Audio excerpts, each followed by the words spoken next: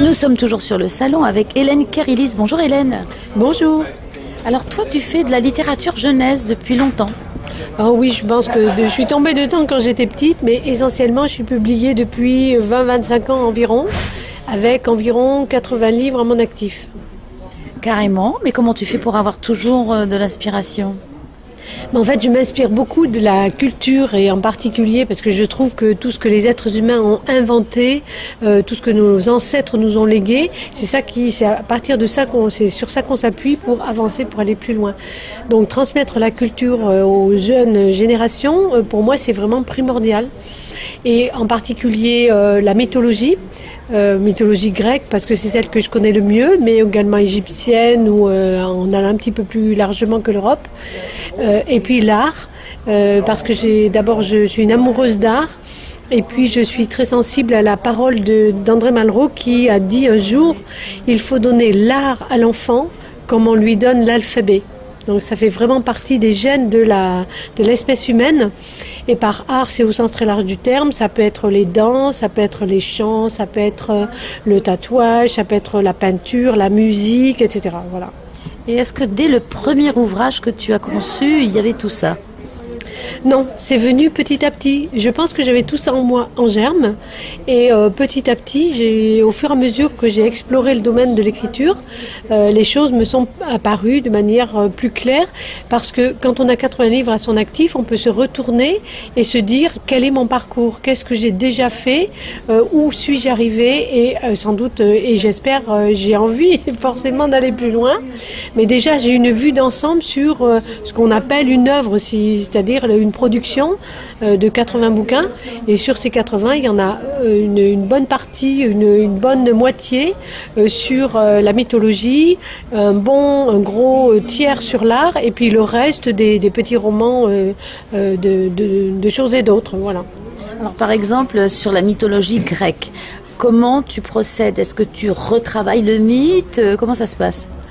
Alors d'abord, je me reporte aux textes anciens. Alors quand c'est pour Ulysse, par exemple, je vais relire l'Odyssée d'Homère.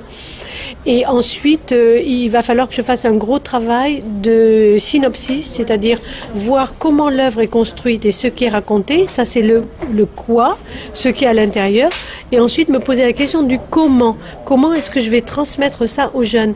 Parce que l'Odyssée a été écrite il y a plus de 20 siècles, plus de 25 siècles. C'était fait pour être récité par des aèdes, des poètes. Comme les héros. Exactement. Et c'était fait pour des adultes. Et là, je dois le transmettre par l'écrit, sous forme romancée, à des enfants. Donc il y a une adaptation absolument indispensable à faire. Donc moi, je me reporte au texte d'origine, je travaille le comment, c'est-à-dire comment je vais rendre la chose aux enfants, et ensuite je me mets seulement à l'écriture. Alors, par exemple, pour l'Odyssée, c'est un pavé. Donc tu fais des petites choses et tu vas par séquence ?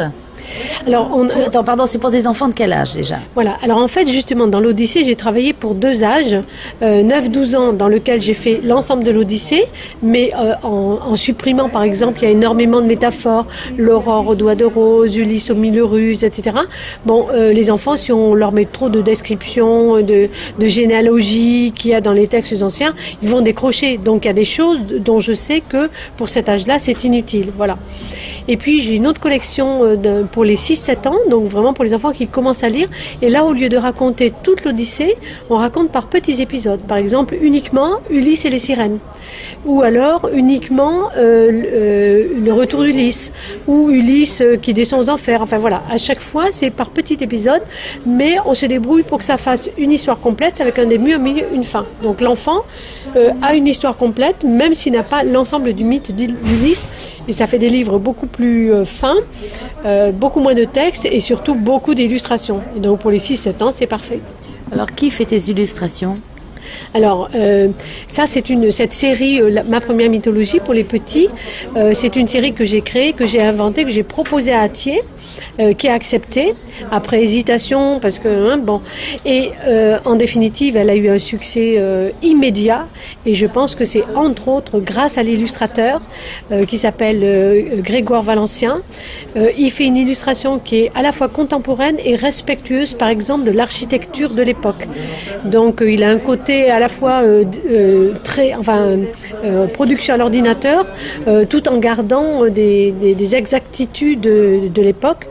Et l'alliance de mon texte qui veut dépoussiérer la mythologie et de son illustration qui dépoussière aussi la manière de l'imager a produit un résultat extraordinaire. Et c'est une série, on était les seuls sur le marché à faire pour cet âge-là aussi illustré et par petits épisodes et avec des phrases faciles à comprendre pour les enfants, construites pour eux.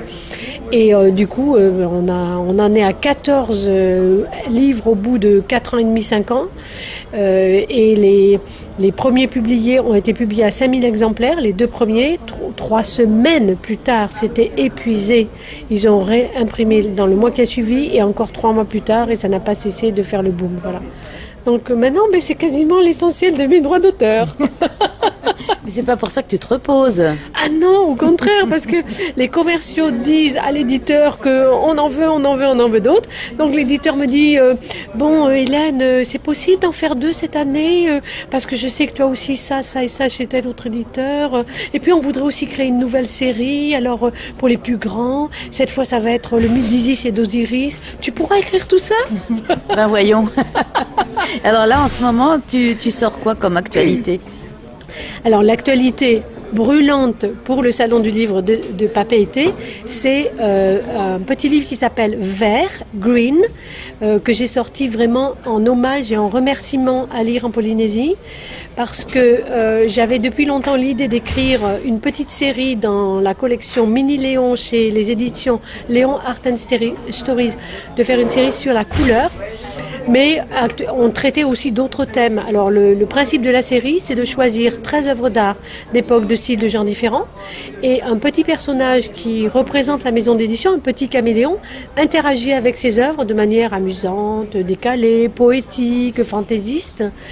Et on a traité des sujets, parce que je ne suis pas la seule auteure dans cette collection, on a traité des sujets comme le cirque, la neige, les étoiles, beaucoup de choses sur la nature, jardin, métier, en fait. Et j'avais dans l'idée de faire un jour une sous-série sur la couleur. Et quand Lire en Polynésie m'a contacté pour m'inviter et qui m'a dit le thème, je me suis dit mais c'est un signe du destin, c'est aujourd'hui qu'il faut la commencer cette série.